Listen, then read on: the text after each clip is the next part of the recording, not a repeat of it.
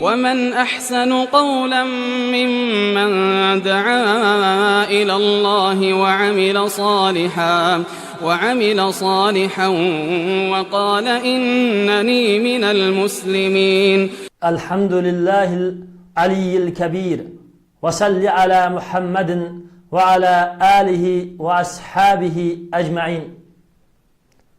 Muhterem Müslüman kıyırındaşlarımız, Allah Subhanahu ve Taala bizge ata kılgan İslam dininin güzellik yoruq nurunu özümüzün hayatıda yoritimiz, cemiyetimiz güzel İslam hakikatlerini namayan kılımız, hem İslam'ın hakiki sapalık obrazını özümüz ve cemiyetimizde barpa kılımız.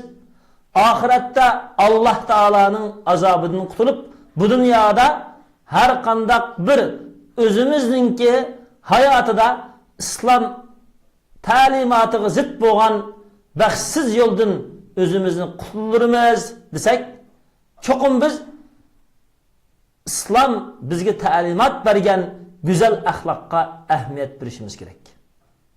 Çünkü biz Allah Subhanahu ve Taala bizge insaniyetki kandak muamele kılışını ügetken yol boyunca yaşayımız, Allah'ın körsetmesi bilen hakiki doğru iş kıpmamız, İslam'ın doğru obrazını biz yaratımız.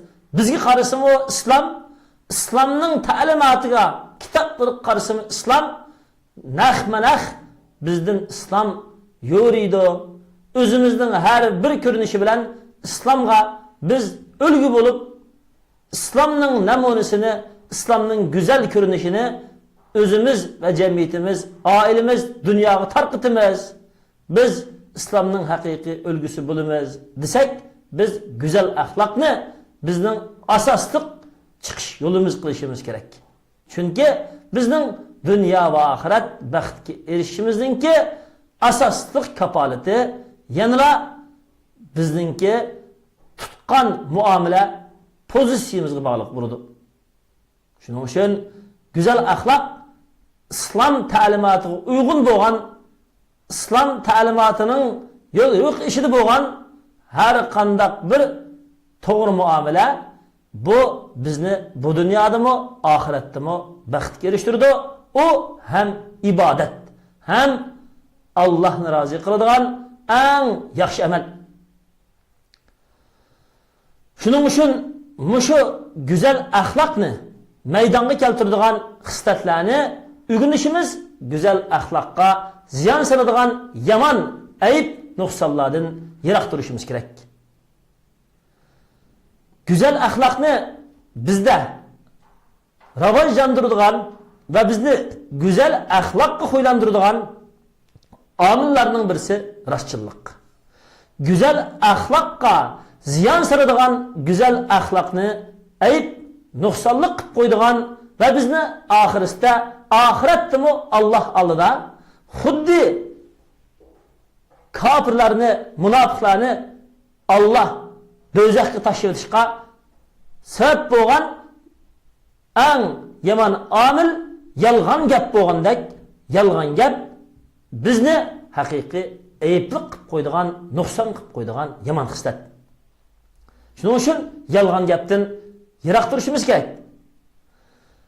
Rostchilik va yolg'onchilik bizning burun so'zlab o'tgan oldiki darslarimizdagi biz anglab ve şu derslerden biz payda algandek sözlerde bo'lgandek hem rastçılık hem yalgancılık kılıklardan burdu. Demek rastçılık ve yalgancılık iki türlü bulunudu. Sözlerdeki rastçılık ve yalgancılık, yine birisi kılıklardaki rastçılık ve yalgancılık. Biz köpünce sözlerdeki rastçılık, yalgancılık ne? Bunu bilimiz, bunu darahal her birisimiz zihnimizge alımız. Ama kılıklardaki yalgancılık bazı vaxtlarda köpünce hazırlıkıdaki bütün cemiyetlerde sözlerdeki yalgancılıktan neccesi yukarı bolsa mu bunu ben buni ancha ig'ir olib ketmaymiz yoki buni bak tig mohiyati bilan biz anglab tushunib ketmaymiz. Shuning uchun biz tushunmagan, bilmagachga ko'pincha holatda bunga diqqat qilmagachqa har birisimiz mana shu amaliy yolg'onchiliklarningki izib qilir ishida o'zimizmi ba'chib qilamiz yoki so'zi amaliga uyg'un kelmaydigan amaliy yolg'onchilarning yo'liga minib qilib yo diginiga ishinib qilib doim biz ziyon tortib qilamiz. Mushu amaliyatida yolg'onchilik bo'lganligininki amaliy misollarining birisi Allah subhanahu va taala Yusuf alayhissalatu vassalam bilan bo'lgan Yusuf alayhissalamninki qarindoshlarining Yusuf alayhissalamga tutgan pozitsiyasidagi voqelikda bu amaliy yolg'onchilikni bizga Allah alohida bayon qilib turdi. A'udhu billahi minash shaytonir rojim. Bismillahir rohmanir rohim. وجاءوا أباهم عشاء يبكون قالوا يا أبانا إنا ذهبنا نستبق وتركنا يوسف عند متاعنا فأكله الذئب وما أنت بمؤمن لنا ولو كنا صادقين. Yusuf alayhissalatu vassalamninki bir tuqqanlari Yusuf alayhissalatu vassalamni quduqqa tashlayotgandan keyin o'zininki mushu nachar Yusuf alayhissalatu vassalam qilgan suiqasd planini yushirish uchun ular o'zlarining dadasiga ya'ni Yaqub alayhissalatu vassalam qishiga kashqurulliqda yig'ilgan holatda kelishdi. Ya'ni mush yig'ilgan holatda kelganligining o'zi ham amaliy aldamchilik.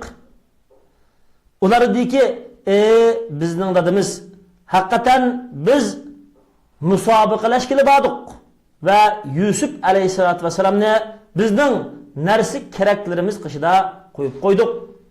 Ondan Yusuf alayhissalatu vassalamni bo'riyab ketdi. Ama sen dadimiz bizga ishonch emassan.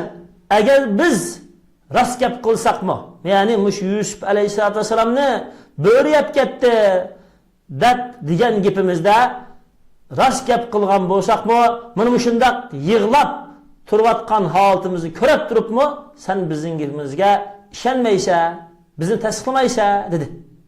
Ya'ni ular amaliy yolg'onchilikdan yuqorqidek yig'ilgan yolg'onchilikni qilgan bo'lsa, yana uningdan keyin yana bir yolg'onchilikni boshladi.